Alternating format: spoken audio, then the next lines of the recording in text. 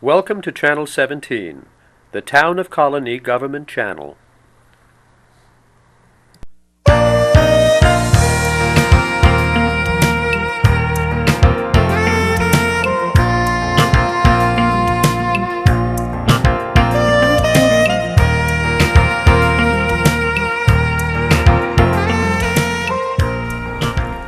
Welcome to Parenting in the 21st Century. My name is Zina Shevchik, and I'll be your host today. We have with us today two health educators from South Colonie's elementary schools. They're here to tell us about a new health and anti-obesity curriculum that was begun in their schools this past fall. Welcome to Debra Varsames from, Veeder and Rossellville schools. Roselleville, sorry. That's okay.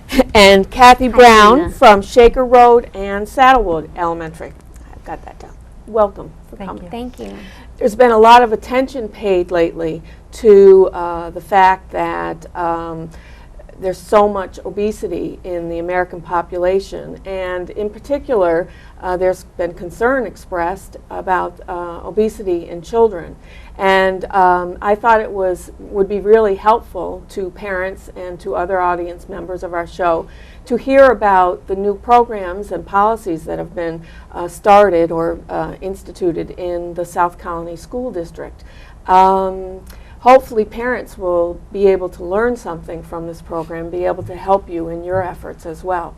So before you go into detail about the programs, would you explain to the audience what motivated the development of these new programs? Sure. Studies show that over the past 3 decades that the obesity rate in elementary school students have tripled. And basically it's a lot to do with their sedentary lifestyle these days, and it could be, now both parents are working and there's a lot of video games that are children are watching nowadays. It's a little different than when we were younger. I remember when we were younger we'd be outside running around playing all day until our parents called us in. So we thought it was important to take a look at this. Right. Have you noticed in your teaching, have you noticed in the schools a difference in the weight of the children or their lack of interest in physical activity? I have. I've been with the South Colonie School District for 3 years. This is my 3rd year. And having met some students when they're in 1st grade and now they're in 3rd grade, their waistlines, some of them, have increased. And even some students have told me that their doctors have said that they need to exercise more. So it's coming at them from all directions, I think, right now.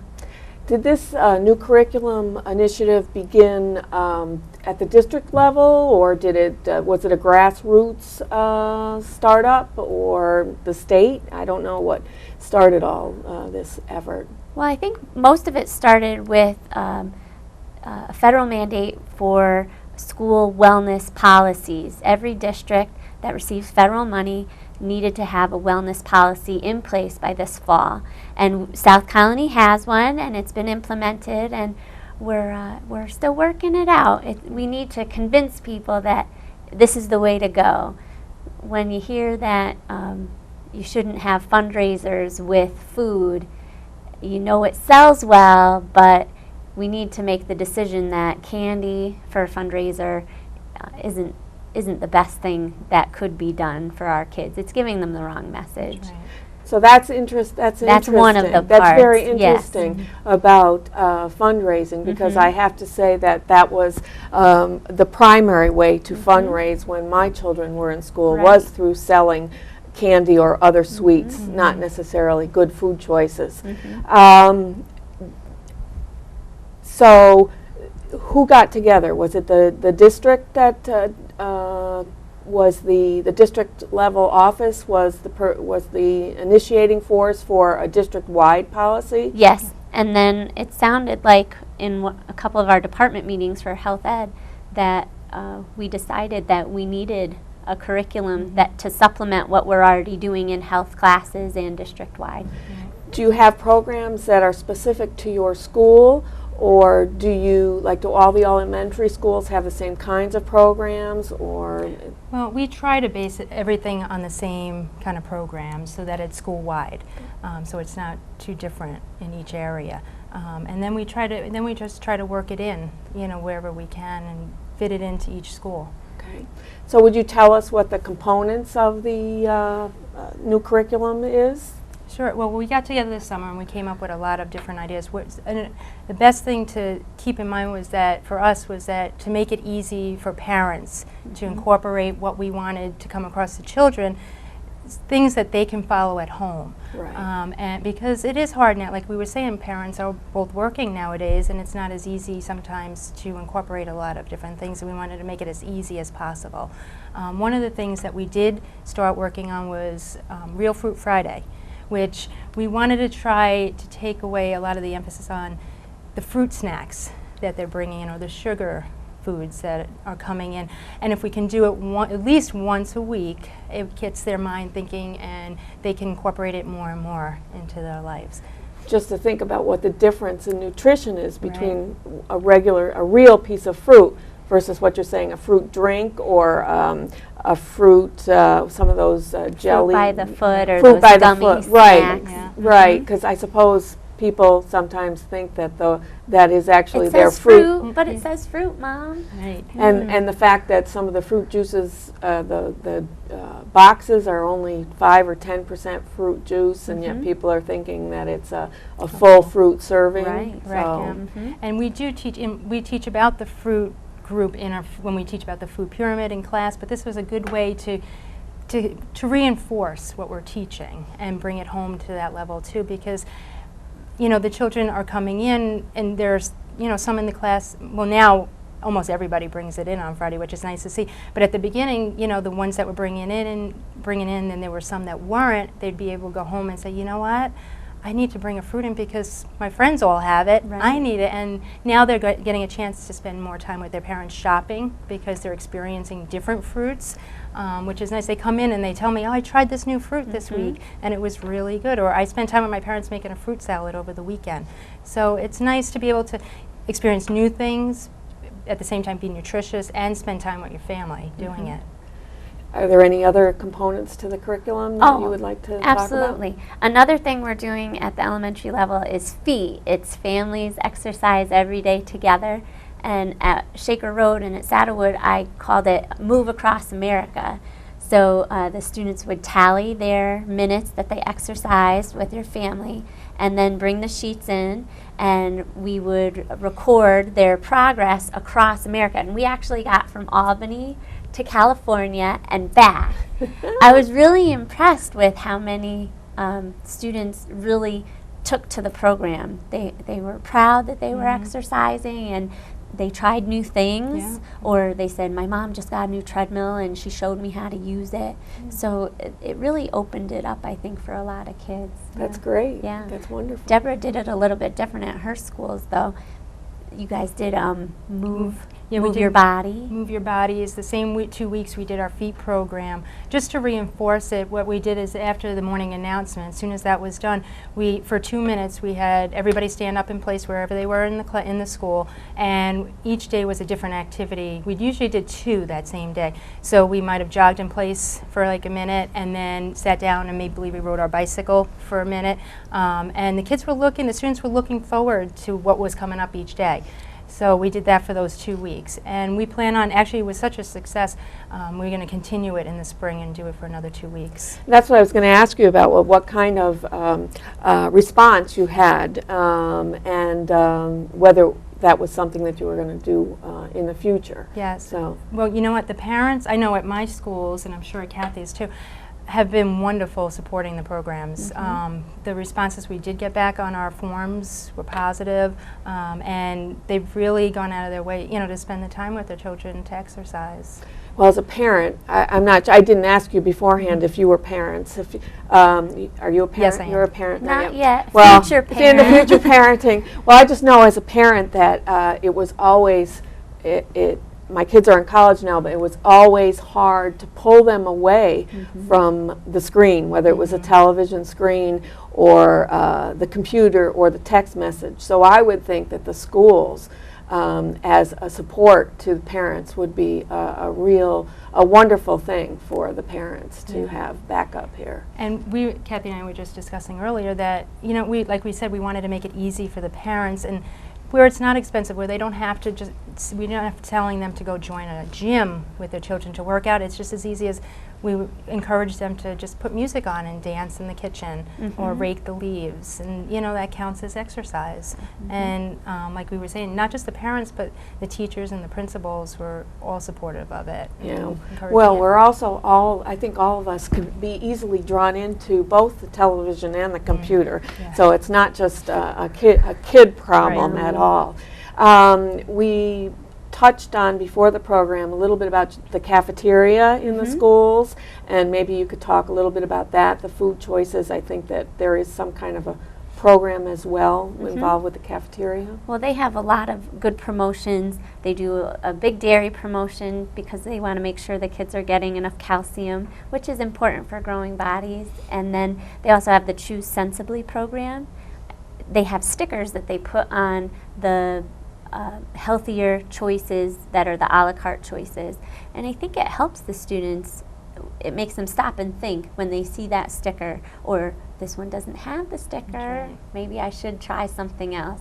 So it's a good reminder for them. Would you talk a little bit about what your roles are? You're obviously both, when I introduced you, you're obviously work in two different places, at least two different schools. So would you talk about how you work in the schools if you're you have to be in two different places, and what your typical day is like? If you want to do it one at a time. If it's different, I don't know. No, it's pretty same. All right. Yeah. We get in the morning, we do a lot of, planning for the day, get everything ready for the day. And the first part of the morning is spent at one school. Teaching, we go to different classrooms. Depends on the school we're in also, depending if we're in a classroom, specific classroom or not. And we teach, it's 40-minute classes that we have. We meet with the students once a week. And I usually have, one day would be 3 classes, and some of the days are 4 classes in my first school. And then we spend the next middle part of the day traveling to our next school and teaching the rest of the classes there. So, but are you covering, I don't know the answer to this question. Do you have kindergarten through 5th, 4th? What are you responsible for? Well, right now I'm teaching grades 1 through 4. We don't have full day kindergarten yet. Okay. But Debra just started. Well, yeah, at Roselleville, it's the first elementary school in South Colonie to transition to full day kindergarten. So actually starting Monday on the 29th, the kindergartners will be transitioning to full day, and they will be receiving health education. So I will be adding kindergarten on besides 1st through 4th grade. So how often do you actually, in a year, how often do you actually visit each classroom? Do you have an basic idea? 38 classes a year, 38 to 40 once a week. Okay, so it is once a week. Which is pretty good. This is way back in the dark ages. I don't think when I was in school we had a health educator. I do know that we had a music teacher come in elementary school, and I think we had an art teacher. I know my kids had computer class at least once or twice a week. So now, has this been quite a while that the health educator has been part of the elementary school? It has, but South Colonie is very progressive. We have one of the only elementary health education programs, and I think it's a real benefit to the students. It's unique, and I don't know, the students attached to it. Sure they do. They take it to heart. And you'd excited. think seeing them once a week, it's not a big deal, but they're sponges and they understand and a lot more than you'd think they would. Don't you think so? Oh, sure, they do. And and it gives their primary teachers even time to teach all the things that they have to do. They've had so much more added onto their curriculums, so they get to spend more time on what they're doing. And now they have we have our separate time with them, where they can just learn, about health in the body. And we do teach science too in it, and we incorporate different areas. So and language arts through reading and Absolutely. So it's cross-curriculum. Oh, it is. Absolutely. Can you talk about what your backgrounds are, how you were, what your education was, and so people can get an idea of what you actually studied to be able to do what you're doing? And you said you were teaching for 3 years in this district, or as an educator? No, well, this is my 6th year teaching. I was first a teacher in Connecticut. I got my master's at Southern Connecticut State University in New Haven, Connecticut, and was very lucky to get a job right away. And I actually worked in a high school, and I taught 9th and 12th grade, and then I got another job in Connecticut and teaching 9th grade, and then I got married and moved to New York, and the house outer called me up and said, "I have a job for you in elementary school." I said, "Whew, I hope I can do it," and I can't look back. I'm having such a good time, and I really enjoy it. So you're enjoying being with the younger, but that wasn't your intent? No. Well, whoever thought that they'd have health for elementary students? It's such a good opportunity. I couldn't pass it up. What was your, what did you study in your bachelor's, in your 4-year program? Was it a science, or was it It was education? science-based, actually. I didn't originally think I'd become a teacher. I went to Russell Sage, and I got my degree in athletic training, and actually worked as a grad assistant while I was getting my master's in their athletic training room, and it was great. But, you know, I started student teaching, and that was it for me. I knew what I wanted to do. You know, it was an easy transition, I think. That's great. Yes. And you, Deborah? And well, it's funny because I didn't realize that I was going to end up teaching health education either. I started off, I had my bachelor's in physical education and athletic training also. Oh, okay. And originally I really wanted to teach athletic training in either like a high school setting or a college setting. And I went on and I wanted to get my master's, and I went and I got it. I received my master's in health education from Hofstra University, and but I continued working as an athletic trainer down on Long Island.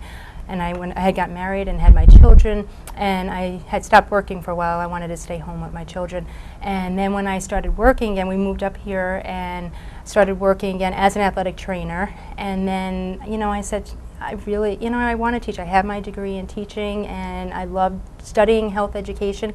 And I got the position for the South Colonie School District, and when they offered me the elementary position, I was thrilled because I loved that age group. After a while, before that I was going in and helping at my children's school. My children are in elementary school also, so I would go in and help at centers, and I started, having the feel for the younger students, and I am so happy that I am at that level.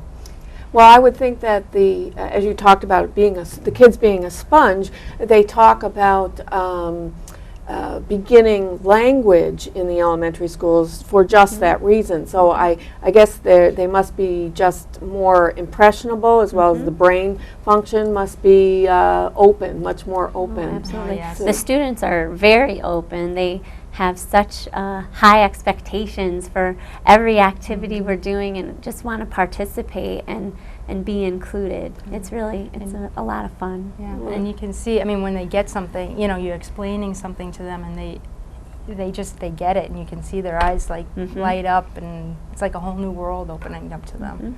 And I, as a parent, perhaps you can speak a little bit about this. I think what was one of the more frightening and illuminating aspects of parenting for me, and I would like your opinion too, was the understanding that everything I did and said was role modeling for my kids. And that includes what we eat and what kind of activity we do.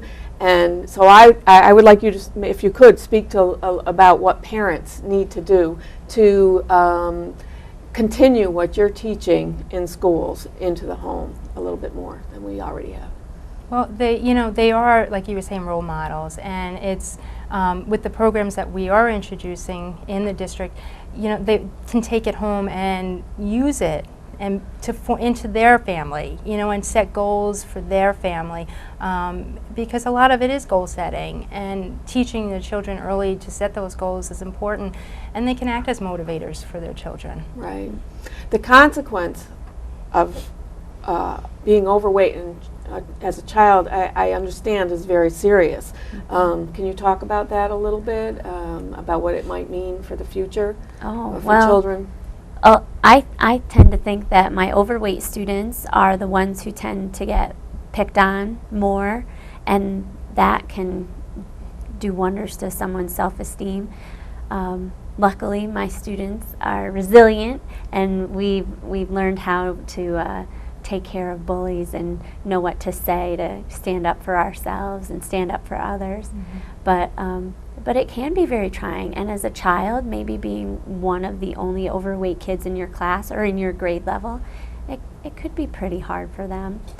And if children are obese, it can have damaging effects on their bodies as well. Their joints and their muscles and their heart can all only take so much, and before they need assistance from dietitians and their physician and possibly physical therapy to help correct some of those changes. I agree, and even diabetes is one that something that they can end up having, and also they show also studies have shown that children that are obese have a greater chance of being obese later on in life too.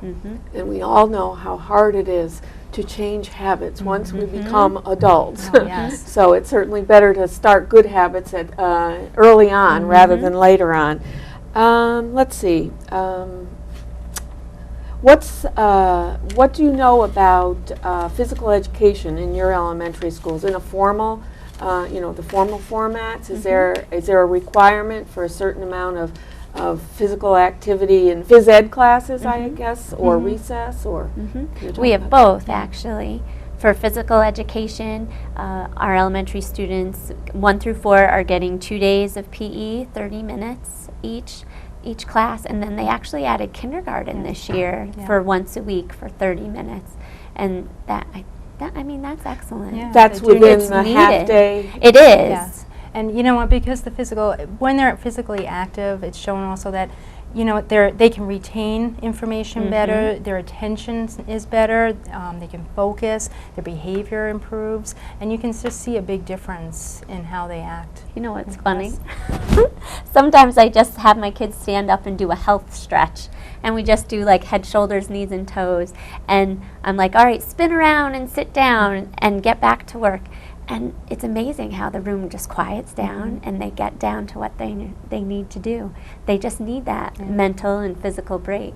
Well, we all, the rest of us do too. I don't know. My 3 o'clock doldrums usually can be solved by a lap around the library, in my case, or step out into the cold and back into the building really helps. So it's good for all the kids. And recess, we have recess every day. Yes. Don't you guys? And it's important. It's important for them to break up the day too. It's a long day, for children, especially even now the kindergartens that are transitioning to full day. They need that little time to move around and kind of relax, and stretch their bodies. Kindergarten, I can't imagine not moving around. Yeah. I would.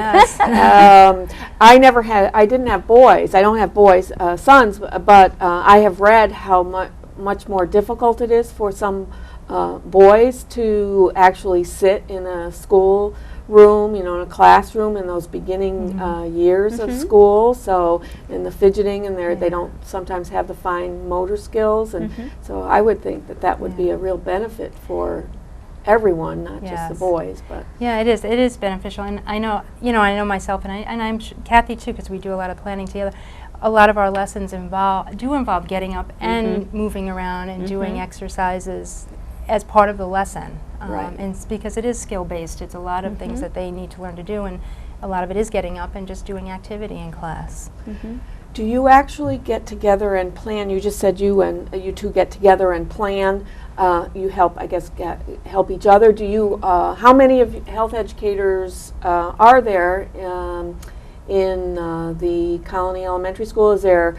Are they all split between 2 elementary schools? And what about the middle school, high school? Do you know about the? Well, there's 5 elementary schools in South Colonie, and Debra's with 2, I'm with 2, and then we have about 7 of us in our department. There's 1 at each middle school and each For 7th and 8th grade, they each have it for a quarter. And then in high school, there's a requirement they have to have 1 semester of health. I believe it's in 10th, 11th, or 12th grade. And some teachers are split between schools. There's one teacher who's split between Forest Park in the morning and then teaches at the high school in the afternoon.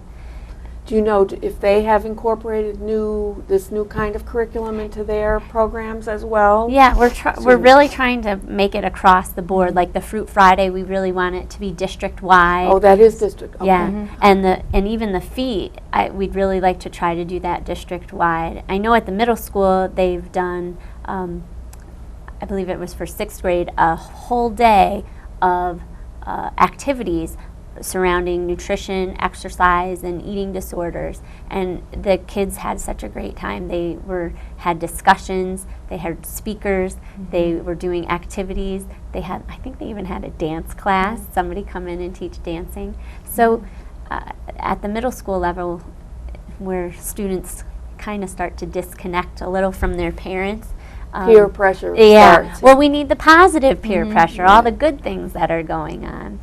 And then for the high school, well, they have the new new fitness room with the aerobic equipment. Right. They just got it up and running I think it was during the 2nd quarter. Yeah. And it's for more than just the athletes. It's for Oh yes. Yep. And the health teacher that is at the high school set up a program where it's a lot of goal setting for the high school students, where they can find a partner that they work with and exercise with them, and then they can record it. I think it's on the computer. There's a program, and they can keep track of how well they're doing. Well, that sounds wonderful, because I know that it is a fitness craze in a sense. You can't call it a craze anymore. It's actually people are much more aware as adults about keeping fit. So obviously that's a wonderful tool in the high school. I know my daughter's in college. What they do is they go to the fitness room in their college, which I think is fantastic as well. And so they can be socializing at the same time they're exercising, and it's a real motivator. Yes. So that's wonderful that is open to every child. You know how athletics tend to be, just for a small group of kids. So I guess it's reaching down into the regular population. That's really wonderful.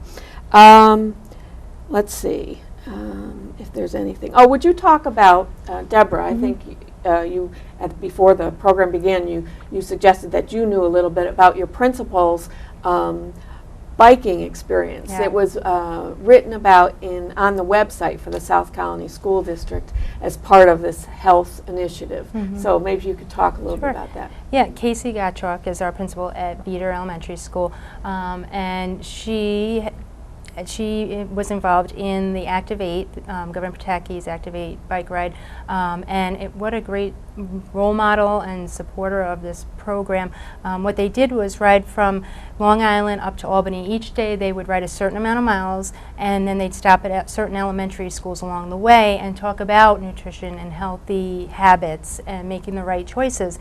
And it was just a wonderful experience. And the students at Beater Elementary just loved the idea that she was involved in all of this, and they can look at her as a role model, because we're not just saying to them, you have to do it, but we're doing it also.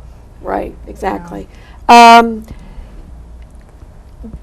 If a parent was starting from the very beginning and trying to change, they look around their house and realize there's too much junk food and there's not enough activity going on, what would you suggest they start with?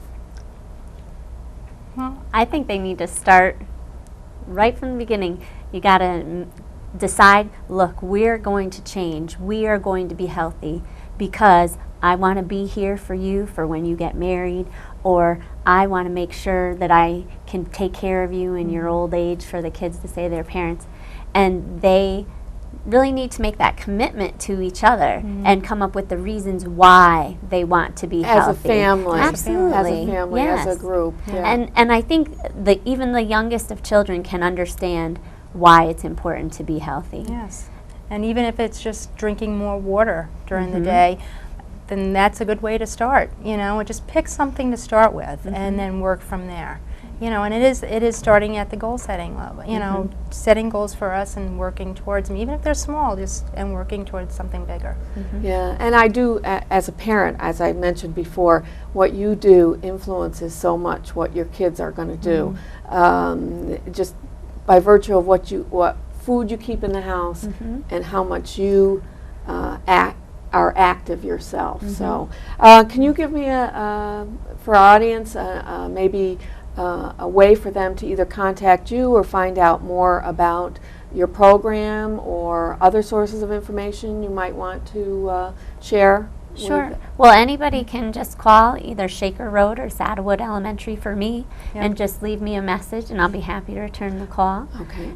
And same with me, Veeder Elementary or Roselleville Elementary, and you know, usually the morning or the afternoon we'll be able to return the calls. Okay. But there's some good websites out there too. There's from the government, they have the mypyramid.gov, which is excellent because you can go in, select your gender, your age, and your activity level, and it'll give you a personalized pyramid, how many servings of every food group that you should eat during a week.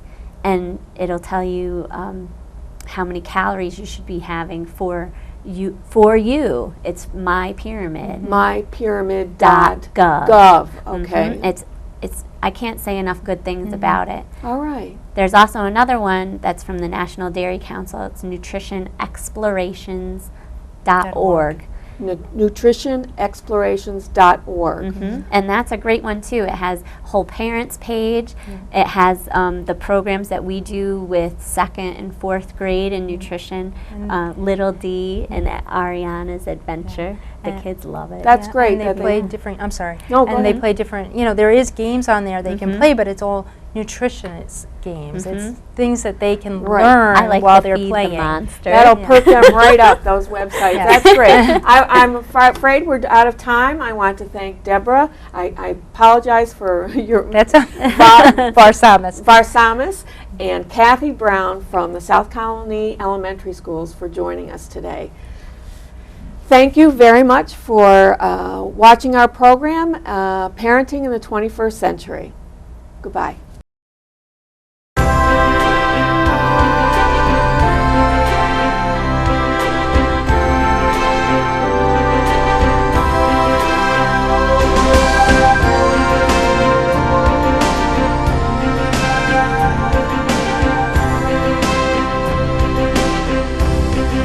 Welcome to Channel 17, the Town of Colonie Government Channel.